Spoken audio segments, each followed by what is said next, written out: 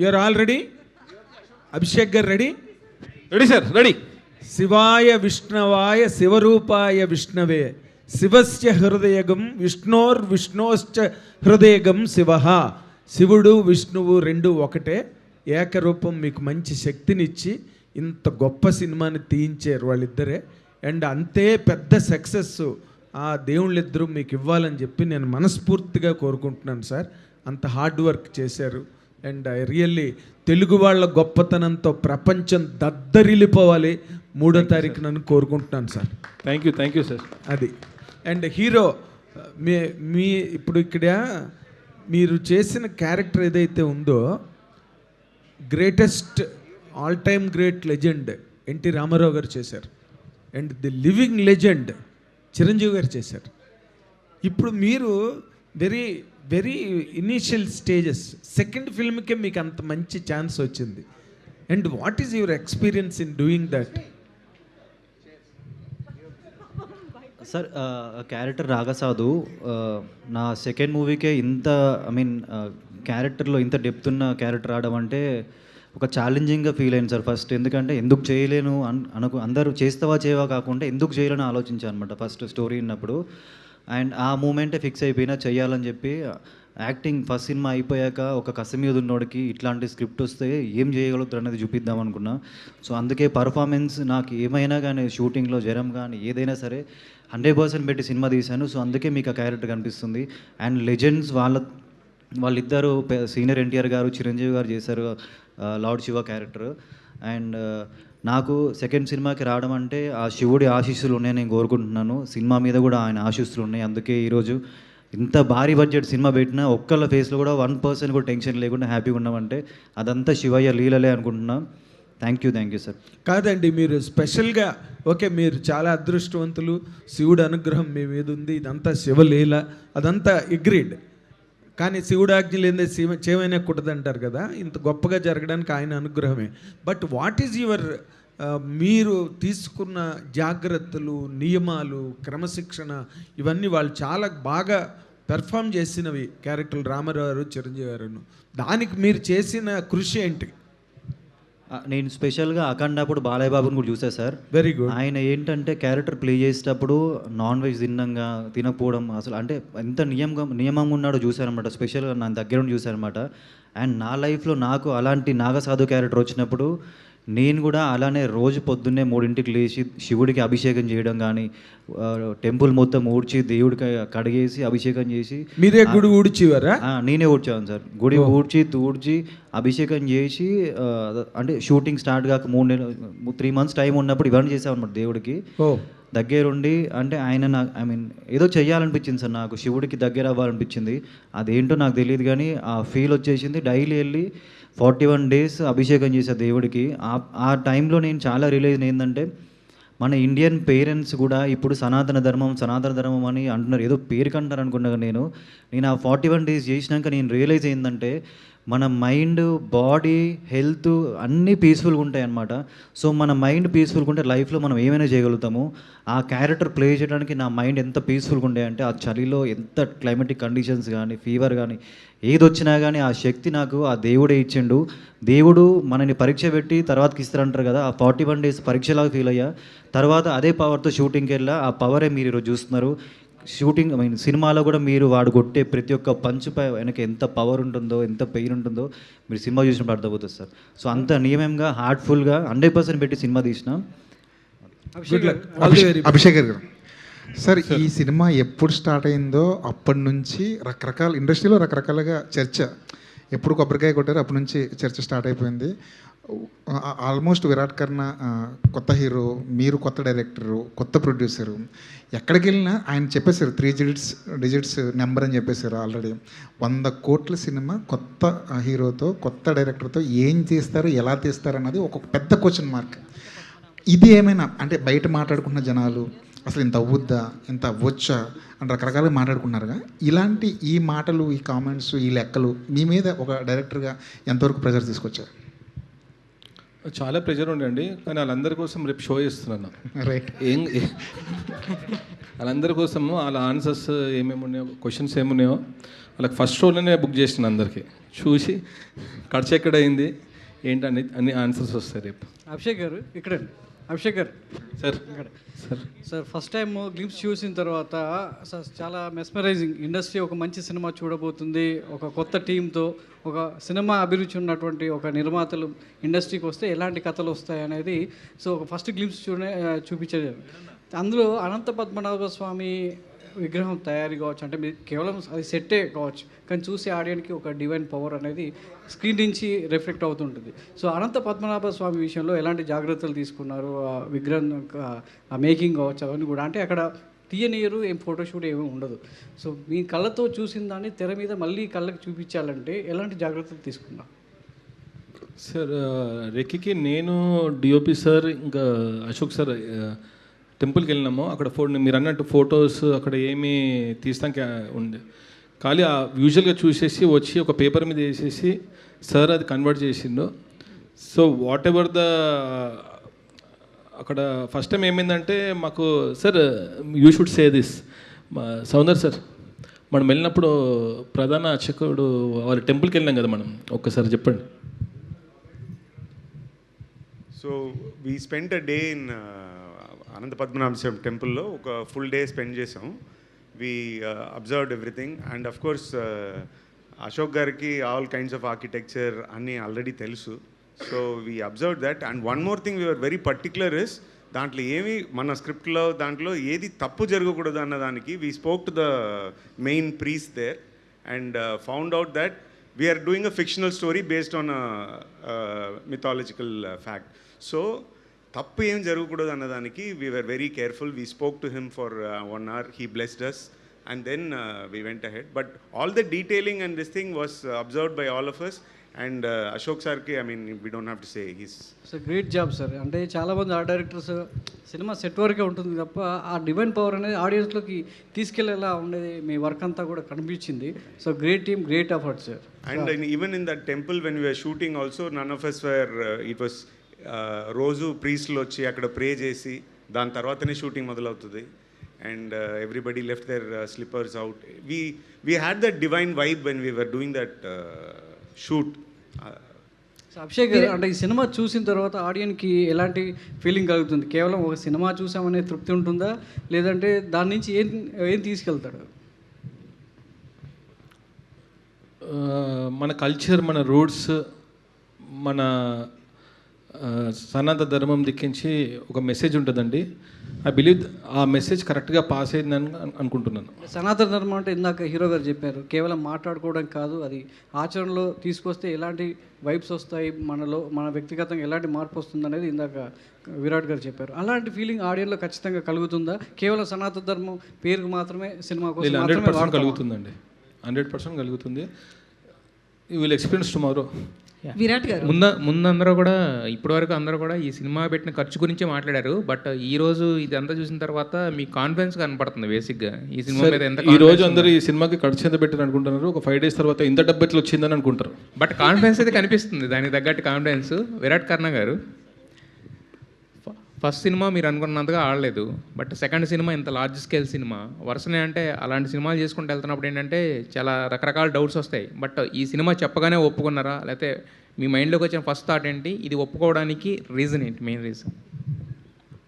అదే sir, first cinema అయిపోయాక stories ఎలా ఏంటి అనే ఐడియాలో ఉన్నప్పుడు ఆడియన్స్ ఇప్పుడు ఇలాంటి స్క్రిప్ట్స్, వరల్డ్ బిల్డింగ్ సినిమాస్ కానీ, స్పిరిచువల్ ఉన్న సినిమాలు కానీ, ఫైట్స్, యాక్షన్ ఉన్న సినిమాలు కానీ, ఒక లవ్, అలాంటి అన్ని జోనర్స్ అట్లాంటి సినిమాలు చూస్తున్నారు అనమాట. సో అభిషేక్ అని నాకు స్టోరీ చెప్పినప్పుడు ఇవన్నీ కలిసిన ఒక సినిమా ఇది, అండ్ ఇలాంటి సినిమా కదా ఇప్పుడు ఆడియన్స్ ఐ మీన్ వెయిట్ చేస్తున్నారు.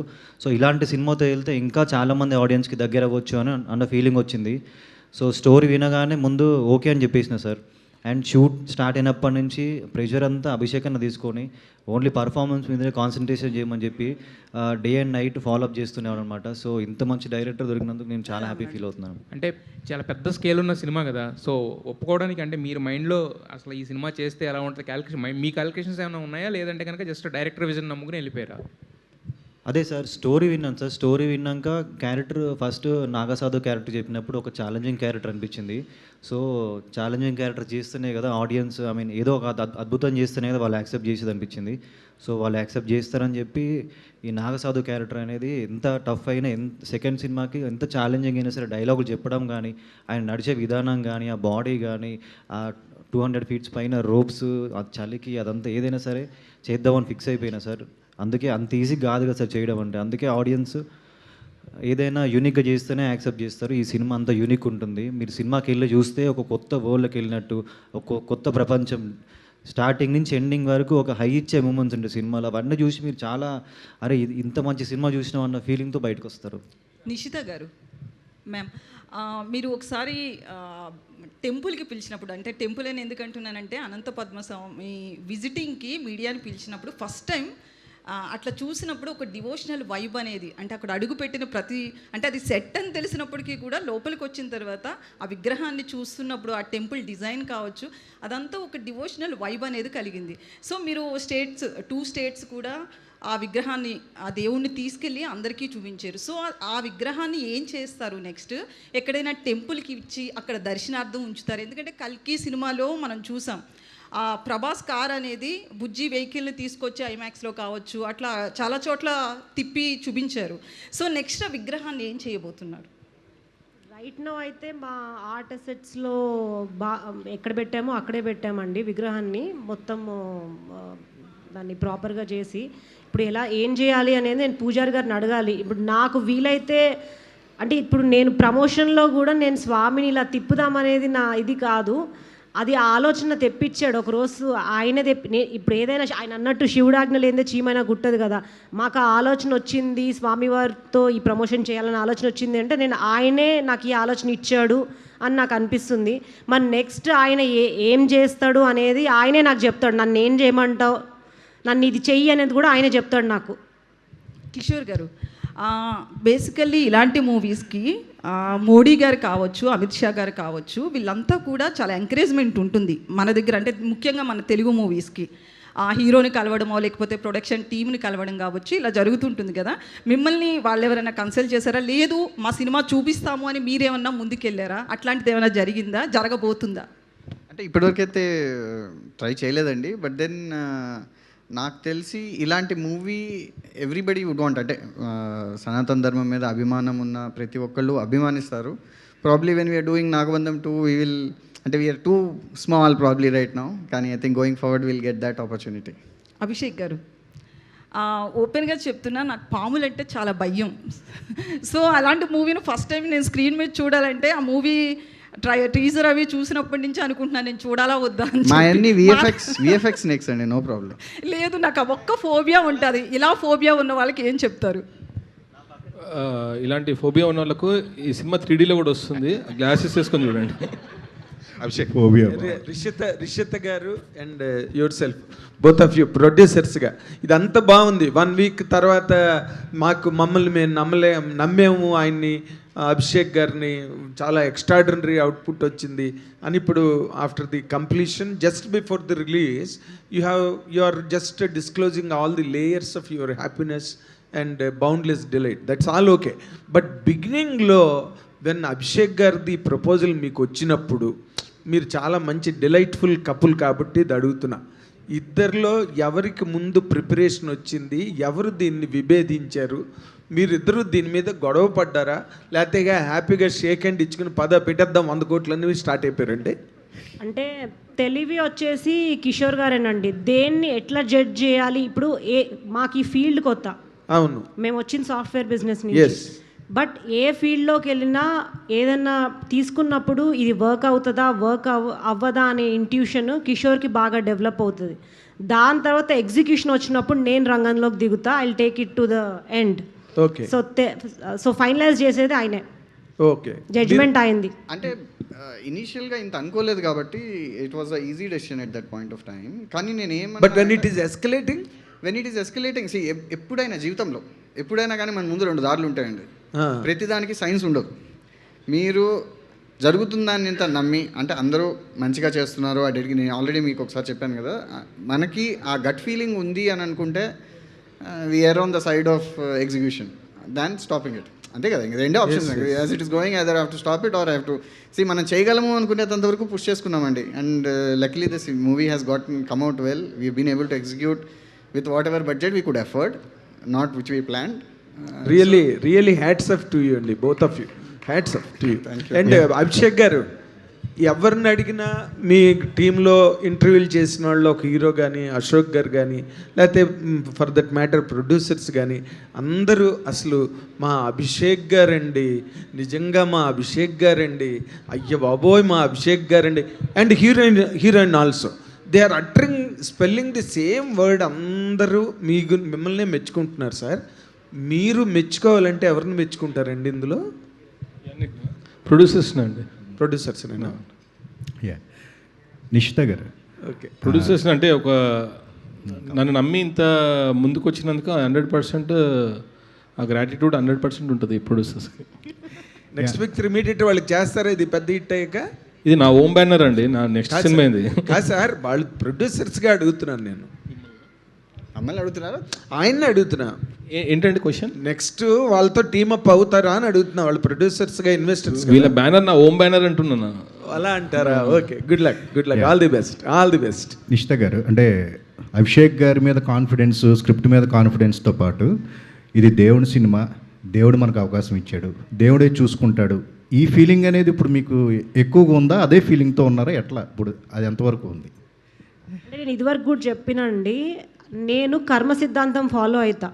నేను దేవుడికి రోజు పూజ చేస్తా, శివుడికి అభిషేకం చేస్తా, అవన్నీ చేస్తా. బట్ నేను స్ట్రాంగ్గా కర్మ సిద్ధాంతం ఫాలో అవుతా.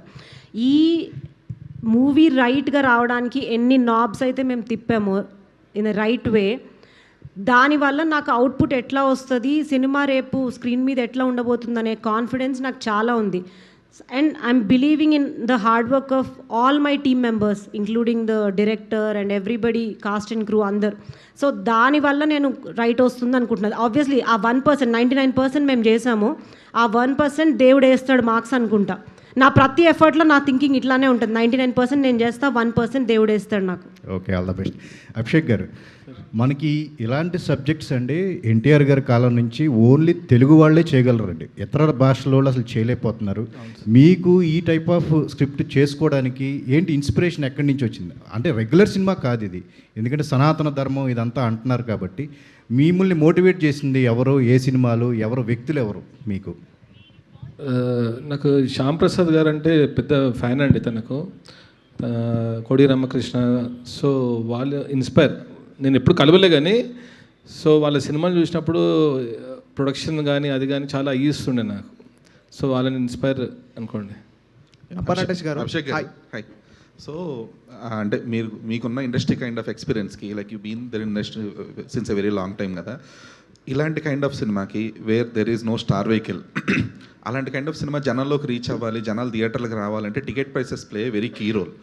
సో నాగబంధం టికెట్ ప్రైసెస్ విషయంలో మీరు తీసుకున్న కేర్ ఏంటి to make it more viable? So normally ఉన్నాయండి, ఏం పెంచలే కదా. పెంచలేదు, బట్ ఉన్నది కూడా అబ్జార్బెంట్ ప్రైసెస్ కదా. ఎందుకంటే ఇప్పుడు 295 రూపీస్, 300 రూపీస్ టికెట్స్ అనేవి it's a big number for generic set of audience. So మనం చూస్తున్నాం కొన్ని కాన్సెప్ట్ ఫిల్మ్స్ వచ్చినప్పుడు, లేదంటే కొన్ని మిడ్ రేంజ్ ఫిల్మ్స్ వచ్చినప్పుడు there is a ticket price decrease, అంటే 99 రూపీస్ అను 100 రూపీస్ అను, జనాలు ఎక్కువ ఫుట్ఫాల్స్ ఎక్కువ ఉండేలాగా కేర్ తీసుకుంటున్నారు. సో నాగబంధంకి ఆ బూస్ట్ నీడెడ్ కదా, అట్లా ఏమన్నా అసలు థాట్ ఉందా? అంటే ఇప్పుడు పెట్టిన బడ్జెట్కి కొంచెం జస్టిఫై చేయాలని రేట్ చేసారండి. జస్ట్ కానీ జస్ట్ టు యాడ్ అండి, నేనేమంటున్నానంటే ఇప్పుడు ఎక్కడైనా కానీ if your product is right, all other problems will solve by themselves. Generally సాఫ్ట్వేర్లో అయినా కానీ ఎక్కడైనా కానీ you make the product right. ఈ ప్రైసింగ్ అంటారు ఇవన్నీ they have an impact, but they always have a nominal impact. If product is not right, you have to do all these things to be able to recover your. అంటే మీరు footfalls పెంచితే మనకి overall revenue పెరుగుతుంది అని అంటున్నారు మీరు, but then ఆ మ్యాథ్లోకి నేను వెళ్ళాలనుకోవట్లేదు, ఎందుకంటే I believe in my product. So once I believe in my product, that way it's fine. I mean, it yield its value. మనే ఇంత భారీ బడ్జెట్ సినిమా 100 కోట్లు దానికంటే ఎక్కువ ప్రొడ్యూసర్స్ మీ మీద స్పెండ్ చేసినప్పటికీ, అంటే పైకి అంతమంది ఎన్ని రకాలుగా మీకు ధైర్యం చెప్పినా, మీలో మీరు ధైర్యం చెప్పుకున్నా, రెండో సినిమా ఇంత బడ్జెట్ నేను మళ్ళీ బిజినెస్ పరంగా కానీ వాట్ ఎవర్ ఏదైనా మళ్ళీ నేను రాబట్టుకోగలనని ఎక్కడో ఒక చిన్న సో డౌట్ ఉంటుంది, లేకపోతే ఒక చిన్న టెన్షన్, ఒక చిన్న భయం ఉంటుంది కదా, దాని గురించి ఏమన్నా చెప్తారా? అంటే అదే సార్, బడ్జెట్ అనేది పెరుగుతూ వచ్చింది. కాకపోతే నా సైడ్ నుంచి నేను ఈ సినిమాకి 100% ఏం చేయగలను అది మాత్రం 100% చేశాను.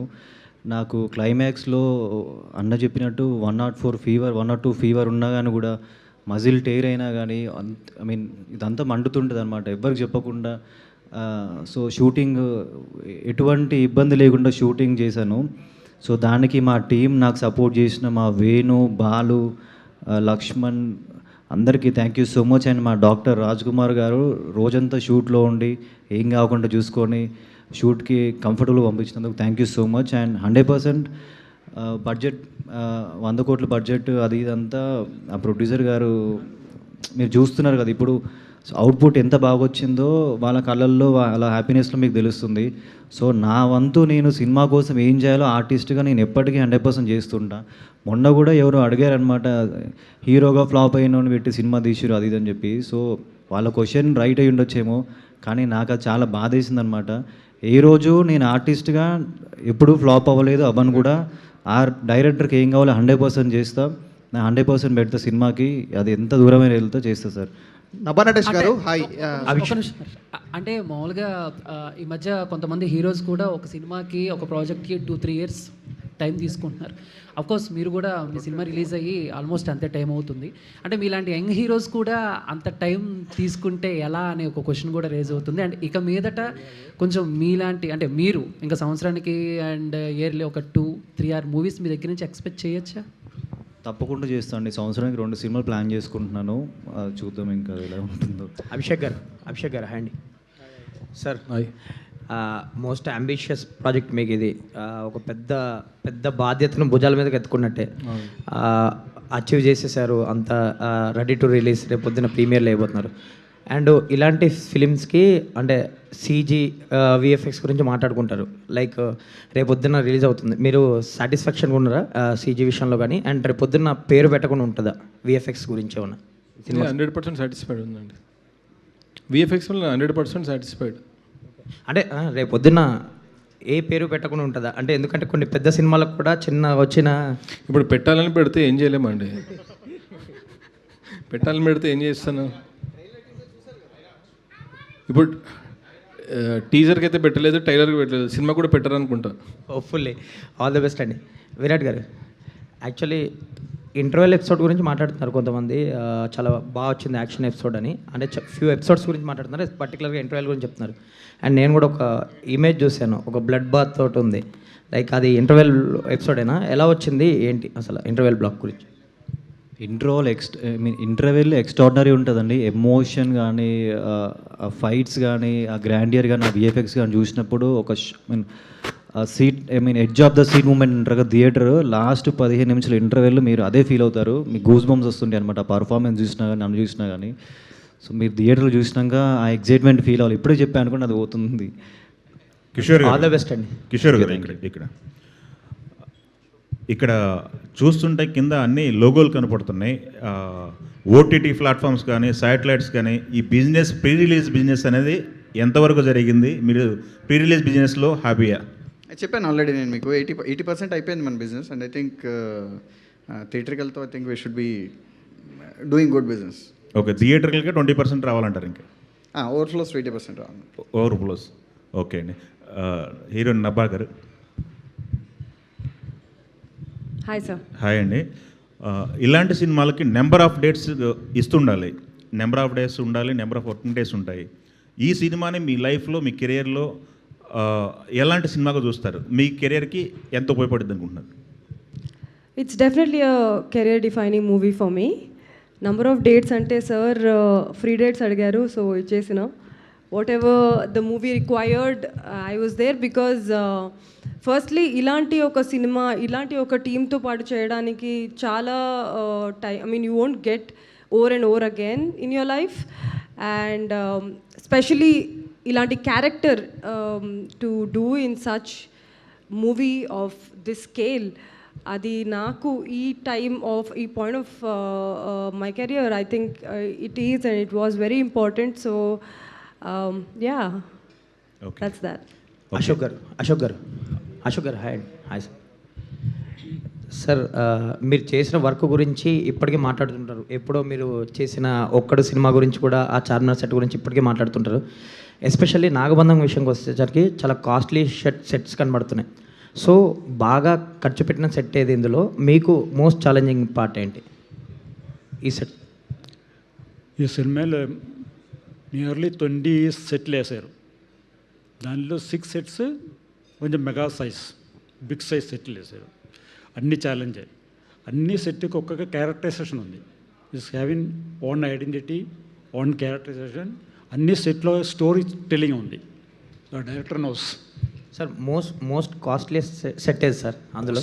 కాస్ట్ అన్ని కాస్ట్లీ. ఎక్కువ కాస్ట్ పెట్టిన set. అలాగేం లేదు. దట్ ఈస్ ప్రొడ్యూసరల్ టైల్. Account is with producer only. Abhishek గారు చెప్తారు. కాస్ట్లీ అంటే కిషోర్ గారు ముందు వచ్చేస్తున్నారు. ఆల్ ద వెరీ బెస్ట్ అండి. నభా గారు హాయ్. నభా నటేష్ గారు hi. Yeah, first of all, congratulations to you. Thank you, Andy. It's a 100 crores movie for you, actually. 100 crores movie. Yeah. How excited are you? So debut for July 3rd is nearby. So how excited and now how you're feeling right now, actually? Right now, I'm feeling very.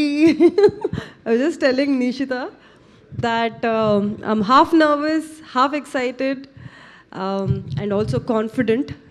ఎందుకంటే మనం almost 2.5 years నుంచి పని చేసాం. And you know firstly after seeing teaser and trailer, looking at the response what we've gotten, it's been amazing. ఎక్కడికి వెళ్ళినా మంచి love వస్తుంది. అందరూ audience are excited to see. Rathayatra చేసినప్పుడు కూడా వచ్చి సినిమాల గురించి ఎక్సైట్మెంట్ చూపిస్తున్నారు audience. So I'm excited to watch the film first as an audience, and then I'm actually very delighted. Yeah Virat గారు, నా క్వశ్చన్ ఏంటంటే, సో యాక్చువల్గా ఇలాంటి సినిమాలకి మేకప్ అనేది చాలా ఇంపార్టెంట్. సో మీరు ఆ మేకప్ వేసుకొని ఇన్ని అవర్స్ ఆఫ్ షూట్ చేయాలంటే చాలా ఇబ్బంది పడి ఉంటారు కదా, దాని ఎక్స్పీరియన్స్ చెప్తారా ఒకసారి? చాలా టఫ్ ఉండే అండి, అంత ఈజీ కాదు. ఫస్ట్ క్యారెక్టర్ చెప్పినప్పుడు ఈజీ అనుకున్నా కానీ మేకప్ స్టార్ట్ అయినప్పుడు ఉందన్న నాకు. అంటే చేతులతో లుక్ టెస్ట్ చేతులతో వేసినారు, బాగుంది. షూట్లో లేట్ అయిపోతుందని చెప్పి మిషన్స్ ఉంటాయి, కార్కి పెయింట్ వేస్తాం కదా, అట్లాంటి మిషన్ తీసుకొచ్చి మొత్తం ఒంటి నిండా స్ప్రే చేస్తున్నప్పుడు early morning 1 o'clock 2 o'clock makeup వేస్తున్నా చలికి బాడీ అంతా షివరింగ్ అయిపోయేది అనమాట. అంత ఈజీ కాదు భయ్య హీరో అవ్వడం అంటే అని అప్పుడు అనిపించింది నాకు. విరాట్ గారు అంటే ఆల్మోస్ట్ అన్ని నైట్ షూట్సే అనమాట. అంటే ఇక నాగసాధు అంటే బేర్ బాడీ అంత ఉండాలి కదా. సో ఆ మేకప్, ఆ బ్లడ్, ఆ చలి నైట్ 2 కాగానే అసలు అందరికీ సగం మంది కనిపించకపోతుండే సెట్లో. So it is so very tough. Virat గారు ఇటండి. Sir first of all congrats అండి. ఇది మీకు బిగ్గెస్ట్ హిట్ ఇస్తుంది సినిమా.